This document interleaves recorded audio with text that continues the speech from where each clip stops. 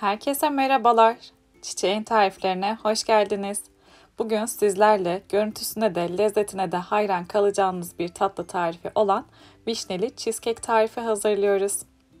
Bu nefis vişneli cheesecake tarifine geçmeden kanalıma abone olursanız çok mutlu olurum. İlk olarak cheesecake tabanını hazırlayarak başlıyoruz. Bunun için 1,5 paket burçak bisküviyi robottan geçirdim ve içerisine 3 yemek kaşığı eritilmiş tereyağını ekleyip iyice karıştırıyorum.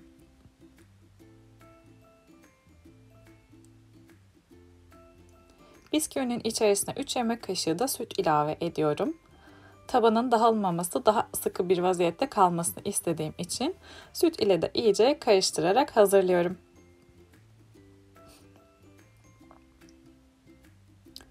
...28 santimlik kelepçeli kek kalıbının içerisine yağlı kağıt sererek hazırladım. Hazırlamış olduğumuz bisküvi karışımını kelepçeli kek kalıbının içerisine aktarıyorum ve ilk olarak böyle kaşık yardımıyla her yere eşit gelecek şekilde yayarak düzeltiyorum. Ardından hafif hafif bastırıyorum ve sonrasında böyle bir aparat yardımıyla sıkı sıkı bastırarak cheesecake tabanını hazırlıyorum. Ve biz cheesecake hazırlayana kadar buzdolabına dinlenmeye kaldırıyorum. Şimdi sıra geldi cheesecake karışımını hazırlamaya. Bunun için 500 ml labne peynirini karıştırma kabının içerisine alıyorum.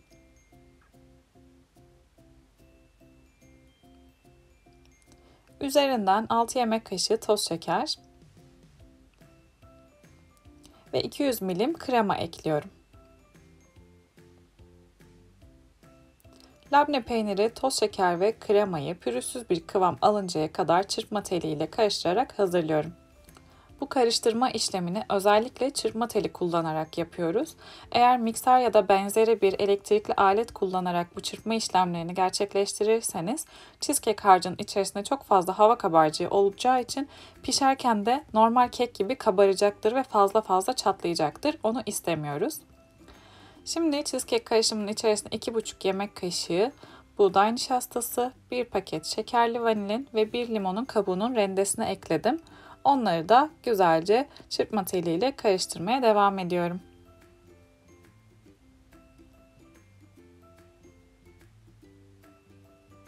Şimdi sıra geldi cheesecake'in yumurtalarını ilave etmeye. 3 tane yumurta kullanıyorum ve bunları tek tek harcın içerisine ekleyip karıştırarak devam ediyorum.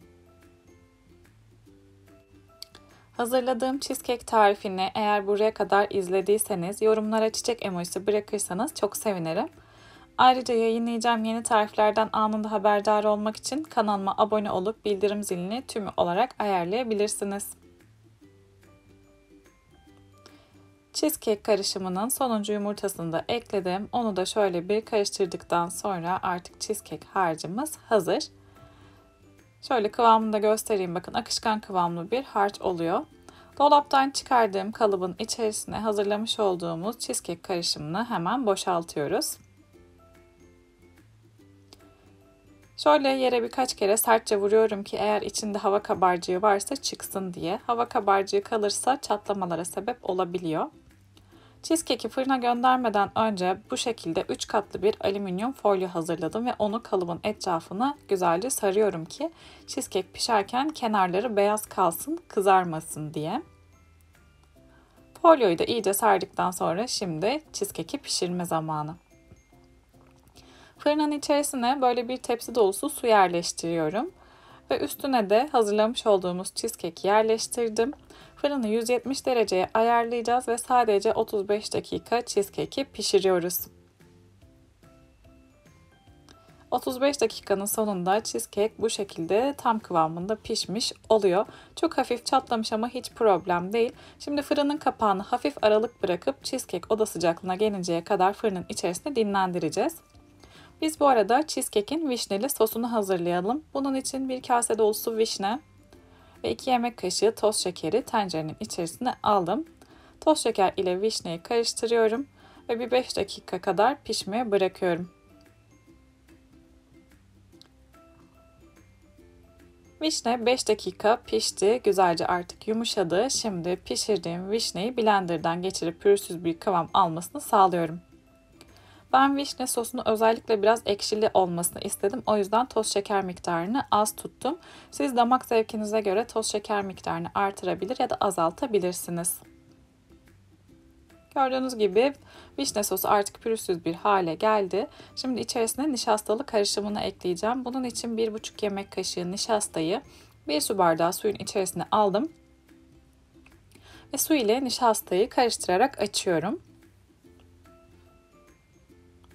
Hazırlamış olduğum nişastalı su karışımını şimdi vişneli sosun içerisine bir yandan karıştırıp diğer yandan ilave ediyorum.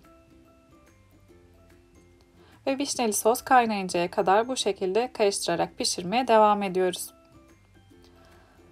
Hazırladığımız bu vişneli sosu diğer tatlı tariflerinizde de gönül rahatlığıyla kullanabilirsiniz. Çok güzel bir sos oluyor. Artık kaynamaya başladı gördüğünüz gibi. Kaynadıktan sonra 1-2 dakika daha ocakta tutup ardından hemen alıyorum. Ve soğuyup oda sıcaklığına gelmiş cheesecake'in üzerinden hazırladığımız vişne sosunu hiç vakit kaybetmeden döküyorum. Vişne sosunu cheesecake'in üzerine döktükten sonra hemen böyle yavaşça kalıbı çevirerek sosun yayılmasını sağlıyorum. Böylece yüzeyi çok güzel pürüzsüz bir kıvamda oluyor. Hazırladığımız vişneli cheesecake'i bir gece buzdolabına dinlenmeye kaldırıyoruz. Ve şimdi bu güzel cheesecake'i süsleme zamanı. Evde hangi meyveler varsa dilediğiniz gibi süsleyebilirsiniz. Ben çilek, böğürtlen ve nane kullanarak süsleyeceğim şimdi. Bu arada daha önceden hazırlamış olduğum farklı cheesecake tarifleri de var. Onları da sağ üst köşeye bırakıyorum. Eğer izlemek isterseniz sağ üst köşeden tıklayarak diğer cheesecake tariflerimi de izleyebilirsiniz. Böyle muhteşem süslemesiyle masalarda çok şık görünecek, göz dolduran ve lezzetiyle de mideleri şenlendirecek bir cheesecake tarifi hazırlamış olduk. Vişne cheesecake'e inanılmaz yakıştı. Ben bu şekilde çok beğendim. Eğer frambuazlı cheesecake tariflerini seviyorsanız vişneli cheesecake'i de mutlaka denemelisiniz diyorum.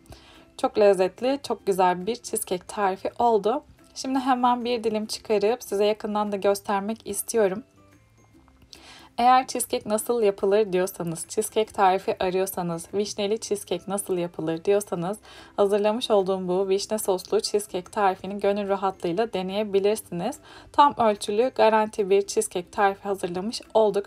Zaten önceki cheesecake videolarımı izlerseniz deneyenlerin yorumlarını da görebilirsiniz. Tam tutan bir cheesecake tarifi oluyor her zaman. Hazırlamış olduğumuz bu nefis vişneli cheesecake tarifini deneyecek herkese şimdiden afiyet olsun. Denedikten sonraki yorumlarınızı mutlaka aşağıda bekliyorum. Yeni tariflerde, yeni videolarda görüşmek dileğiyle. Hoşça kalın.